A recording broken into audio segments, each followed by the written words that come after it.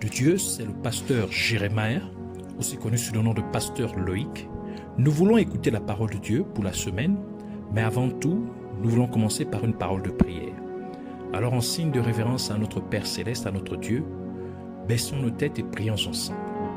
Père éternel, Dieu tout-puissant, Dieu de gloire, Dieu de merveille, Roi des rois, seul et véritable Dieu, Seigneur des seigneurs. Merci pour cette nouvelle opportunité que tu nous accordes de pouvoir nous recueillir dans ta présence. Merci parce que nous avons foi que tu vas nous emmener dans la profondeur de la révélation de ta parole, parce que tu vas nous faire du bien. Tu vas nous amener à nous améliorer. Merci parce que cette parole va nous transformer au nom de Jésus-Christ. C'est pourquoi nous venons nous humilier devant de toi. Implorons ta compassion, ta miséricorde. Donc pardon pour tout ce que nous avons pu faire, dire et penser qui ne t'a point honoré et glorifié. Pardonne-nous pour nos mauvaises attitudes, nos mauvaises humeurs, nos mauvaises intentions, nos mauvais comportements. Et puisses-tu nous purifier, nous sanctifier par l'eau de purification et par ton sang qui sont sortis, Seigneur, de toi à la croix de Golgotha. Que, Seigneur, tu purges notre conscience de toute œuvre morte, de toute œuvre inutile, afin que nous venions à te servir comme il se doit. Rends-nous ainsi agréables à tes yeux, au nom de Jésus-Christ. Nous nous levons contre tout ce qui s'oppose à la révélation, à la connaissance de ta parole, qui soit neutralisé, renvoyé dans les gouffres de l'enfer une fois pour toutes, au nom de Jésus-Christ. Et nous libérons l'air, l'atmosphère, tout autour de nous et en nous, de toute interférence maléfique, de toute principauté démoniaque, de toute œuvre des ténèbres, au nom de Jésus-Christ. Et nous proclamons que Jésus-Christ est Seigneur, à la gloire de Dieu le Père. Au nom de Jésus-Christ, nous avons ainsi prié. Amen. Alors nous allons prendre notre passage des Saintes Écritures dans le livre de Genèse. Genèse, chapitre 3, versets 7 à 12 et verset 21. Nous lisons la parole de Dieu dans le livre de Genèse, chapitre 3, versets 7 à 12 et 21. Au nom de Jésus-Christ, nous lisons. Les yeux de l'un et de l'autre s'ouvrirent. Ils connurent qu'ils étaient nus et ayant cousu des feuilles de figuier, ils s'en firent des ceintures, encore des tabliers. Alors, ils entendirent la voix de l'Éternel Dieu qui parcourait le jardin vers le soir. Et l'homme et sa femme se cachèrent loin de la face de l'Éternel Dieu, au milieu des arbres du jardin. Mais l'Éternel Dieu appela l'homme et lui dit, « Où es-tu » Il répondit, « J'ai entendu ta voix dans le jardin et j'ai eu peur, parce que je suis nu et je me suis caché. » Et l'Éternel Dieu dit, « Qui t'a appris que tu es nu? Est-ce que tu as mangé de l'arbre dont je t'ai défendu de manger ?» L'homme répondit, « La femme que tu as mise auprès de moi m'a donné de l'arbre et j'en ai mangé. » Verset 21. L'Éternel Dieu fit à Adam et à sa femme des habits de peau et il les en revêtit. Que le Seigneur bénisse sa parole, qu'elle vienne pleine de grâce, de vie, de révélation, de profondeur et de bénédiction au nom de Jésus-Christ. Alors pour cette semaine, le Seigneur voudrait nous parler sur la nature adamique ou encore le péché d'Adam. Donc le titre de notre enseignement pour cette semaine est la nature adamique ou encore le péché d'Adam. Adam mangea le fruit de l'arbre que Dieu avait commandé qu'il ne devait pas manger. En d'autres termes, Adam désobéit au commandement de Dieu. Par conséquent, Adam pécha contre Dieu, car le péché est la désobéissance au commandement de Dieu, tel que le déclare le livre de 1 Jean chapitre 3, verset 4, qui dit « Quiconque pêche transgresse la loi, et le péché est la transgression de la loi. » Et à la suite du péché d'Adam, Adam prit conscience qu'il était nu. Et Adam et Ève firent donc des ceintures ou des tabliers pour couvrir leur nudité. Mais c'est Dieu qui les a créés nus. Et leur nudité n'était pas un problème pour Adam et Ève avant qu'ils n'eurent péché. Car ils n'avaient pas honte, tel que nous le dit le livre de Genèse, Genèse chapitre 2, verset 25, qui dit « L'homme et sa femme étaient tous deux nus, et ils n'en avaient point honte. » Le fait que Dieu ait créé Adam et Ève dans un état de nudité, c'était pour dire qu'ils n'avaient rien à cacher, car il n'y avait rien à leur reprocher. Donc, parce qu'ils n'y avaient rien à leur reprocher, donc ils étaient nus pour peindre leur état de pureté ou de transparence. Et c'est pourquoi Adam et Ève n'avaient pas honte, car ils n'avaient rien à leur reprocher, Mais après qu'Adam et Ève eurent péché contre Dieu, ils avaient maintenant honte de leur nudité, car ils avaient quelque chose à cacher. Ils avaient quelque chose à se reprocher. Alors, ils se confectionnèrent des tabliers ou des ceintures avec des feuilles de figuier pour couvrir leur nudité. Et en conséquence, Adam et Ève se cachèrent de Dieu. Cela veut nous dire que le péché pousse quelqu'un à fuir Dieu. Quand quelqu'un commet un péché, la personne ne désire plus être en présence de Dieu. Donc le péché nous amène à fuir la présence de Dieu. Et c'est pourquoi nous voyons beaucoup de gens ne plus venir au service de leur église locale à cause du péché qu'ils ont commis. Et nous pouvons remarquer que lorsque Dieu demanda à Adam « Où es-tu » Adam répondit qu'en entendant la voix de Dieu, il avait peur parce qu'il était nu. Cela signifie qu'Adam avait peur du fait qu'il était nu au lieu d'avoir peur de ce qui a fait en sorte qu'il soit nu. En d'autres termes, Adam avait peur de la conséquence au lieu d'avoir peur de la cause. Ainsi, dans l'état d'esprit d'Adam, la conséquence est à craindre et non la cause. Cela ne devrait pas être le cas, car il n'y aurait pas eu de conséquences s'il n'y avait pas eu de cause. Cela signifie simplement que si Adam avait eu peur de la cause du péché, Adam n'aurait pas désobéi à Dieu, donc il n'aurait pas subi les conséquences du péché. Par cette attitude particulière d'Adam, nous pouvons mieux comprendre les êtres humains, car Adam est le premier être humain, c'est-à-dire qu'Adam est le père de l'humanité, car tous les êtres humains sont des descendants d'Adam. Par conséquent, la nature adamique se trouve dans chaque être humain, car nous avons tous hérité cette nature d'Adam.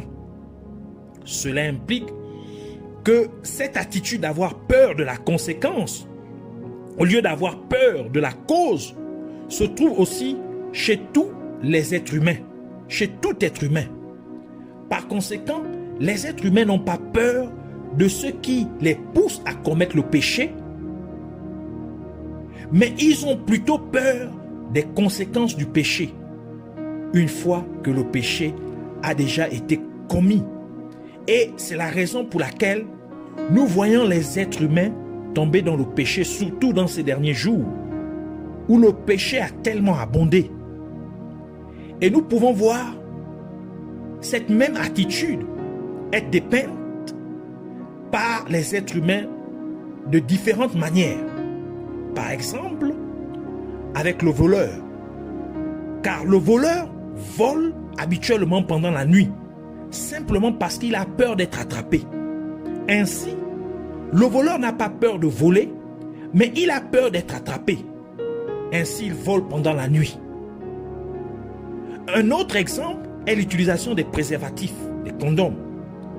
Les êtres humains ont créé des préservatifs parce qu'ils ont peur de contracter des infections ou des maladies sexuellement transmissibles.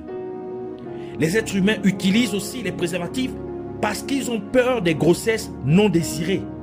Ainsi, au lieu d'avoir peur de l'immoralité sexuelle, de la fornication et de l'adultère, les êtres humains ont plutôt peur que des conséquences, ils ont plutôt peur des conséquences de tels péchés. Et c'est simplement la nature adamique en opération.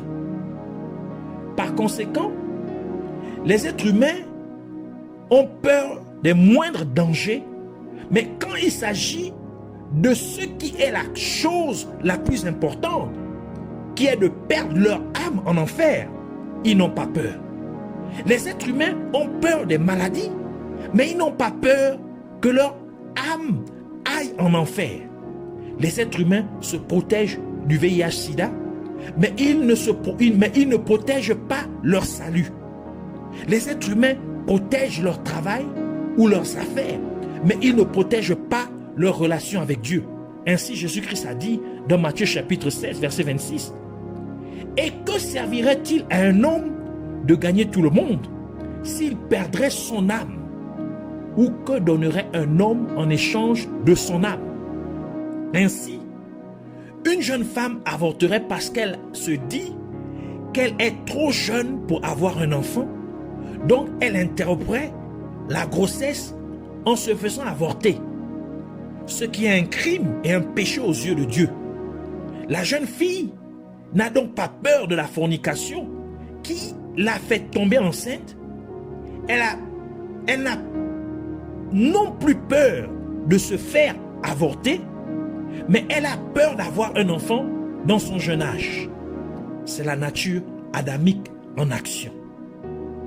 Tout cela nous montre le niveau d'hypocrisie de l'être humain, car il a peur de la conséquence au lieu d'avoir peur de la cause. Et c'est pourquoi de nombreux péchés sont commis en secret, sans que d'autres personnes connaissent les méfaits de cette personne en particulier. Pourquoi cette hypocrisie? C'est de l'hypocrisie parce que lorsque Dieu a appelé Adam, Adam aurait dû confesser son péché à Dieu et implorer Dieu pour sa miséricorde. Mais au lieu de cela, Adam fit des tabliers ou des ceintures de feuilles de figuier pour couvrir sa nudité. Cela signifie qu'Adam était plus intéressé par son apparence devant les autres. En d'autres termes, Adam voulait paraître bon aux yeux des autres. Adam faisait en fait semblant d'être bon alors qu'il était déjà corrompu à cause du péché. Et c'est de la pure hypocrisie. Par conséquent, les feuilles de figuier représentent l'hypocrisie. Et en ayant fait des tabliers de feuilles de figuier sur eux, Adam et Ève auraient dû remplacer les feuilles de figuier après quelques jours, car les feuilles auraient séché. Et cela représente prophétiquement ces gens qui continuent à commettre le même péché encore et encore sans vraiment se repentir de leur péché. Donc ils n'abandonnent pas leur péché en changeant de leur mauvaise voie. Ainsi, Dieu ne veut pas voir les gens se repentir régulièrement du même péché encore et encore, et pourtant ils continuent à commettre ce même péché encore et encore. Et c'est la raison pour laquelle Dieu a fait des manteaux ou des habits de peau d'animal et a couvert Adam et Ève. Par cet acte, Dieu prophétisait en fait sur le sacrifice que Jésus-Christ accomplirait sur la croix pour ôter les péchés des êtres humains. Et c'est pourquoi lorsque Jean le Baptiste vit Jésus-Christ, il dit dans Jean 1 chapitre 1, dans Jean chapitre 1 verset 29, le lendemain, il vit Jésus venant à lui et il dit, voici l'agneau de Dieu qui ôte le péché du monde. Ainsi, Dieu a sacrifié une autre créature pour couvrir Adam, qui est aussi une créature. Cela montre simplement le niveau d'amour que Dieu a pour les êtres humains au-dessus des autres créatures. Ainsi, en sacrifiant un animal pour utiliser sa peau pour couvrir Adam et Ève, Dieu retirait en fait Adam et Ève de dessous le figuier. Dieu délivrait en fait Adam et Ève de l'hypocrisie. Dieu brisait ainsi ce cercle vicieux qui faisait qu'Adam et Ève confessaient leurs péchés et pourtant commettaient à nouveau le même péché après une courte période de temps. Et ils feraient ce même processus encore et encore. Dieu mettait donc fin à ce cycle maléfique. Dieu mettait fin à cet esclavage, à l'hypocrisie. Dans la pratique médicale, il existe deux manières de traiter une maladie. Il y a le traitement symptomatique et il y a aussi le traitement curatif. Le traitement symptomatique vise à traiter les effets externes de la maladie. Par exemple, le malade peut avoir de la fièvre, il peut vomir, il peut avoir perdu l'appétit, et ainsi de suite.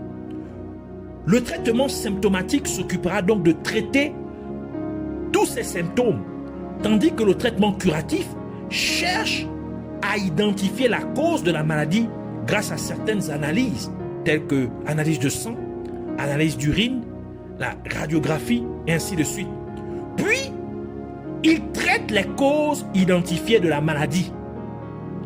Et c'est ici le problème des chrétiens de ces derniers jours, car ils veulent s'occuper des symptômes de leurs problèmes au lieu de s'occuper de la cause profonde de leurs problèmes.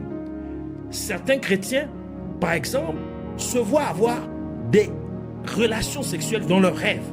Ils veulent prier pour ne plus avoir de tels rêves, mais ils ne s'occupent pas de la cause réelle de tels rêves, car il y a une porte qui a été ouverte qui cause ces rêves.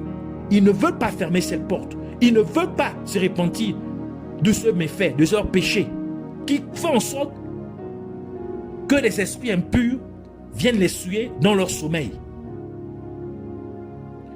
Dieu s'intéresse donc non seulement au traitement des symptômes, mais aussi à la cause profonde du problème. Et c'est pourquoi le roi David a dit dans Psaume 139, versets 23 à 24, qui dit « Sonde-moi, ô Dieu, et connais mon cœur. Éprouve-moi et connais mes pensées. Regarde si je suis sur une mauvaise voie et conduis-moi sur la voie de l'éternité. » Donc, le roi David était vraiment intéressé sur hériter la vie éternelle, sur posséder la vie éternelle. Par conséquent, Dieu a traité les symptômes en enlevant la peau de l'animal pour couvrir la nudité d'Adam et Ève. Dieu a donc continué le traitement en envoyant Jésus-Christ.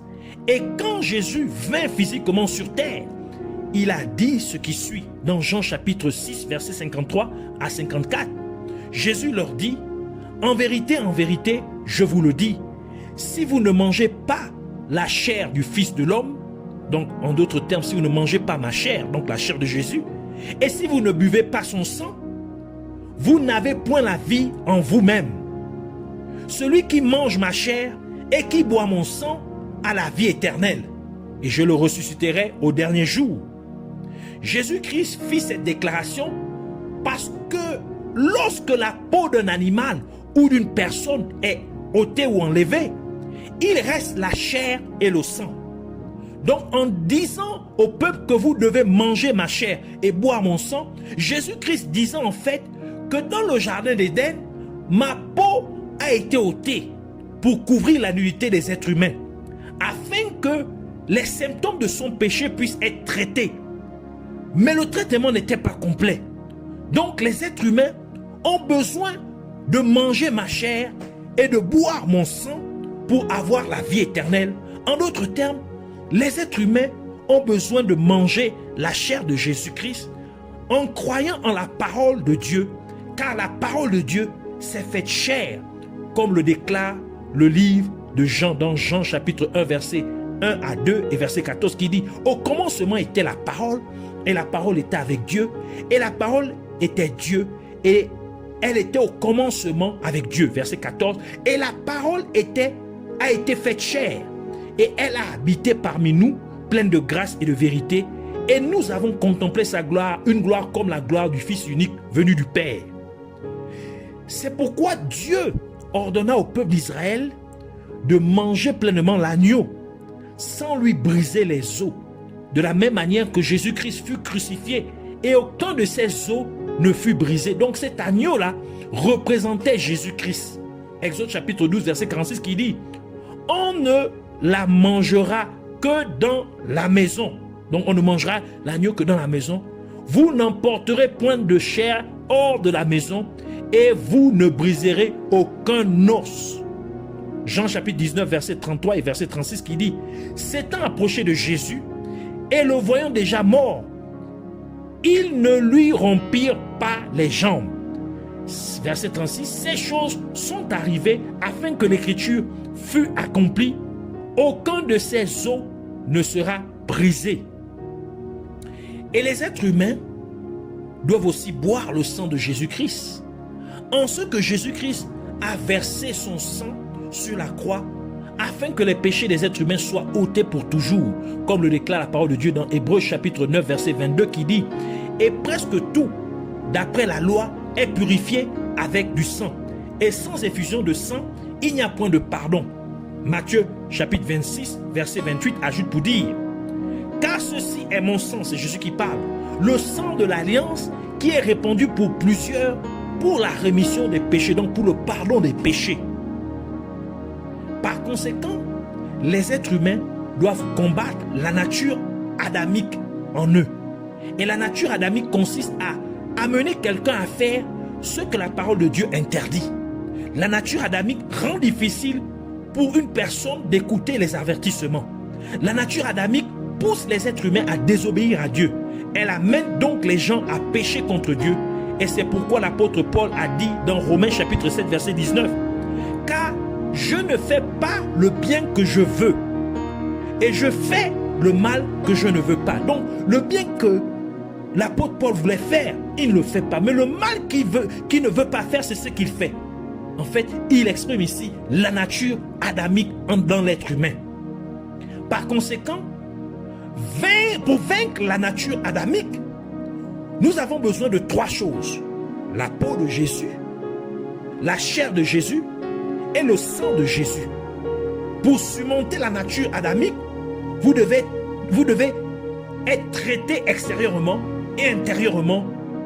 Pour surmonter la nature adamique, vous devez traiter les symptômes du péché, mais plus important encore, vous devez traiter la cause profonde du péché. La peau de l'agneau représente la couverture, qui est un symbole du temple, et le temple est le corps du Christ. Donc si vous voulez vaincre la nature adamique, vous ne devez pas aller sous le figuier. En d'autres termes, vous ne devez pas cacher vos transgressions, mais vous devez les confesser et les abandonner, comme le déclare la parole de Dieu dans Proverbe chapitre 28 verset 13 qui dit: celui qui cache ses transgressions ne prospère point, mais celui qui les avoue et les délaisse obtient miséricorde.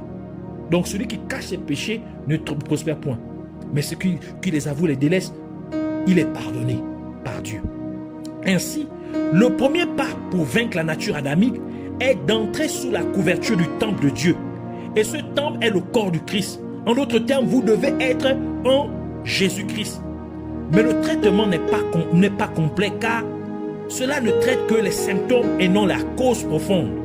La deuxième étape pour vaincre la nature adamique, c'est la chair de Jésus-Christ. Et la chair de Jésus-Christ représente la parole de Dieu, car la parole de Dieu s'est faite chair comme indiqué dans Jean chapitre 1. Par conséquent, nous devons manger la parole de Dieu en méditant la parole de Dieu et en mettant la parole de Dieu en pratique. Nous devons manger la parole de Dieu parce qu'Adam mangea le fruit défendu. Donc la parole de Dieu doit aller au plus profond de nous pour déraciner ce fruit défendu dans notre estomac. Et c'est pourquoi le prophète Ézéchiel et l'apôtre Jean ont été priés de manger le livre contenant la parole de Dieu. Ézéchiel chapitre 3 verset 3 qui dit, il me dit, fils de l'homme, nourris ton ventre et remplis tes entrailles de ce rouleau que je te donne. Je le mangeai et il fut dans ma bouche doux comme du miel. Apocalypse chapitre 10 verset 9 qui dit, et j'allais, ici c'est l'apôtre Jean qui parle, et j'allais vers l'ange en lui disant de me donner le petit livre. Et il me dit, prends-le et avale-le. Il sera amer à tes entrailles, mais dans ta bouche, il sera doux comme du miel. Et le prophète Jérémie ajouta dans Jérémie chapitre 15 verset 16 pour dire, j'ai recueilli tes paroles et je les ai dévorées. Tes paroles ont fait la joie et l'allégresse de mon cœur, car ton nom est invoqué sur moi, Éternel, Dieu des armées. Cela signifie que si nous mangeons la parole de Dieu en la méditant jour et nuit, cela supprimerait la désobéissance en nous. Et par conséquent, nous finirons par obéir à Dieu. Et c'est pourquoi Dieu a dit ce qui suit à Josué dans Josué chapitre 1 verset 8 qui dit que ce livre de la loi ne s'éloigne point de ta bouche. Médite-le jour et nuit pour agir fidèlement selon tout ce qui y est écrit. Car c'est alors que tu auras du succès dans tes entreprises, c'est alors que tu réussiras. Et la dernière et la troisième étape pour vaincre la nature adamique, c'est le sang de Jésus-Christ qui représente la nouvelle alliance. Cela signifie que nous devons entrer dans une nouvelle alliance avec Dieu, une alliance à vie avec Dieu, car la vie d'une personne est dans son sang, comme nous le dit Lévitique chapitre 17 verset 11. Et c'est pourquoi Jésus-Christ est mort sur la croix en ayant son sang versé.